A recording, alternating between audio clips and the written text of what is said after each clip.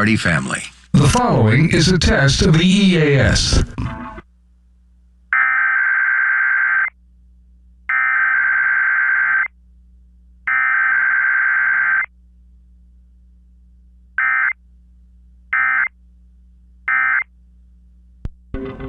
This station is testing its emergency alert equipment. The EAS provides timely emergency warnings. This station serves the extended Pittsburgh operational area. This concludes this EAS test.